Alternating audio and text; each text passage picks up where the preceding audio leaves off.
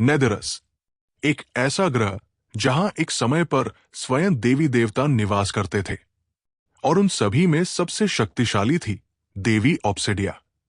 उनकी शक्ति इतनी अपार थी कि सभी ईश्वर उनके आगे नतमस्तक होते थे। उनकी उपस्थिति से ही पूरा नेदरस आलोकित रहता था।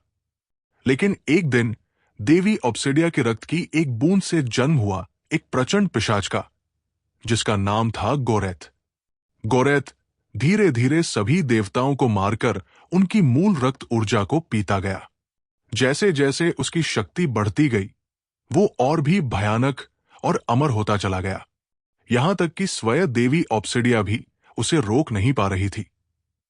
आखिरकार अपनी समस्त जीवन शक्ति को जलाकर देवी ऑब्सिडिया ने गोरेथ को एक ऐसे स्थान में कैद कर दिया जहां पहुंच पाना किसी भी प्राणी के लिए असंभव था।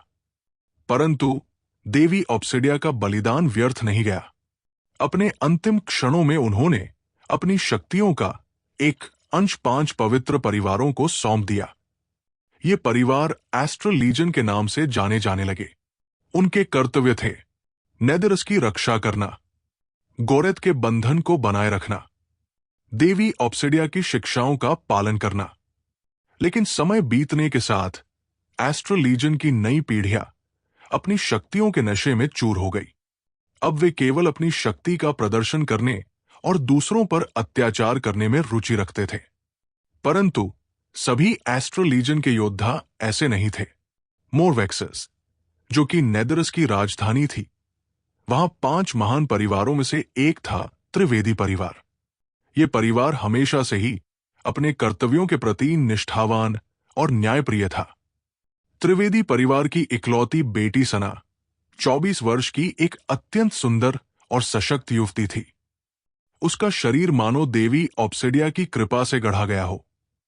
उसके नयन स्वर्णिम थे और उसके रसीले होठ किसी को भी अपना दीवाना बना सकते थे।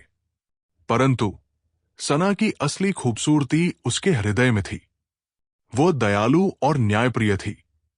एस्ट्रल लीजन का हिस्सा बनने की उसकी इच्छा बचपन से ही थी।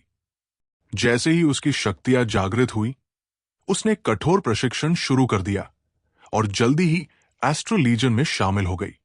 वो हमेशा से ही कमजोरों की सहायता करती थी और इसी वजह से कई अन्य एस्ट्रल लीजन के योद्धा उसे पसंद नहीं करते थे। वहीं मोवेक्सस में ही रहता था एक युवक जिसका नाम था विवान वर्माकुल। उसकी उम्र 24 से 25 वर्ष के आसपास थी। उसके चेहरे पर निरंतर थकान और भूख की लकीरें थी। विवान के पास एक दुर्लभ क्षमता थी, अतृप्त भूख। चाहे वो कितना भी खा ले, उसका पेट कभी नहीं भरता। ये उसके लिए अभिशाप समान था। इस कारण वो सदैव भोजन की खोज में रहता था। उस दिन वो राजमहल के द्वार पर पहरेदारी कर रहा था। उसका पेट जोर से गुड़गुड़ाने लगा। ये उसकी शक्ति का साइड इफेक्ट था। तभी कुछ एस्ट्रल लीजन के योद्धा उसके पास आए। अपना काम ठीक से किया या नहीं? उनमें से एक, ऋत्विक राठौर, कठोर स्वर में बोला।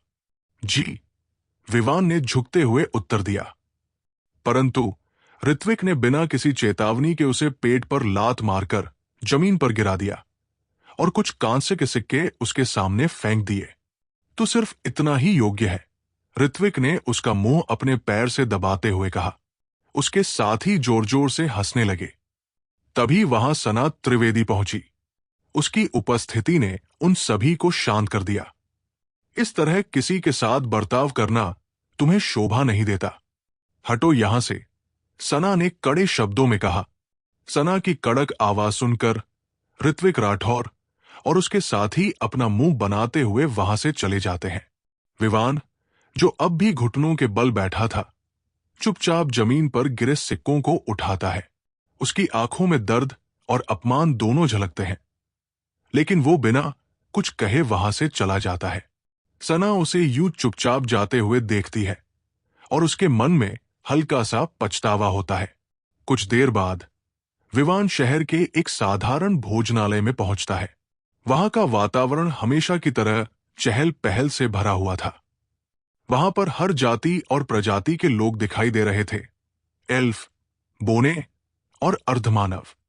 विवान उन सब की परवाह किए बिना चुपचाप एक कोने में जाकर बैठता है।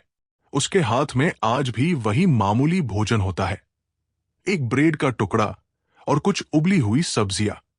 आखिर कब तक इस तरह जीवित रहूंगा? विवान मन ही मन सोचता है। उसकी शक्ति बस नाम मात्र की थी, इतनी कमजोर कि उसे कोई सम्मानजनक काम भी नहीं मिल पाता था। जल्दी जल्दी अपना भोजन समाप्त कर वो वहां से बाहर निकलता है, लेकिन उसकी भूख अब भी शांत नहीं होती। उसका पेट मानो कभी न भरने वाला हुआ था। तभी एक आदमी उसके पास आता है और कहता है, सुनो लड़के, उत्तरी दिशा में स्थित प्राचीन डंजन की ओर कुछ उच्च स्तर के योद्धा और एस्ट्रो लीजन के सदस्य जा रहे हैं। उनका सामान उठाने वाला अभी तक नहीं पहुंचा। अगर तुम ये काम कर लोगे तो तुम्हें कुछ सिक्के मिल सकते हैं। विवान के चेहरे पर एक उम्मीद की झलक दिखाई देती है। भले ही ये काम तुच्छ था, पर उसके पास और कोई विकल्प नहीं था। अगले दिन की सुबह विवान और अन्य श्रमिक लोग डंजन के बाहरी द्वार पर इंतजार कर रहे थे। तभी ऋत्विक राठौर और उसके साथी आते हुए दिखाई देते हैं। विवान तुरंत खुद को भीड़ के पीछे छुपाने की कोशिश करता है। वो जानता था कि ऋत्विक जैसे लोग उसे कभी भी बेइज्जत कर सकते थे। जैसे ही सभी डंजन में प्रवेश करते हैं, उसके पत्थरों से बने विशाल द्वार अचानक बंद हो जाते हैं। आसमान की नीली आभा अब पूरी तरह से काले बादलों से ढक जाती है। डंजन के भीतर का अंधेरा धीरे धीरे गहराता जाता है। कुछ सिपाही अपनी आयामी आग का उपयोग करके अंधेरे को चीरते हुए रास्ता साफ करने लगते हैं। उनकी आग की सुनहरी रोशनी दीवारों पर उभरती हुई रहस्यमयी चित्रलिपियों को उजागर करती है। ऋत्विक राठौर और उसके साथी सबसे आगे चल रहे थे, जबकि बाकी लोग पीछे पीछे चल रहे थे। विवान, जो उन सभी का सामान उठाए चल रहा था, सबसे पीछे था। काफी देर तक यात्रा करने के बाद माया, जो खुद एक शक्तिशाली एस्ट्रल लीजन योद्धा थी, अधीरता से ऋत्विक से कहती है, और कितनी देर तक चलना पड़ेगा? इसका तो कोई अंत दिखा ही नहीं दे रहा।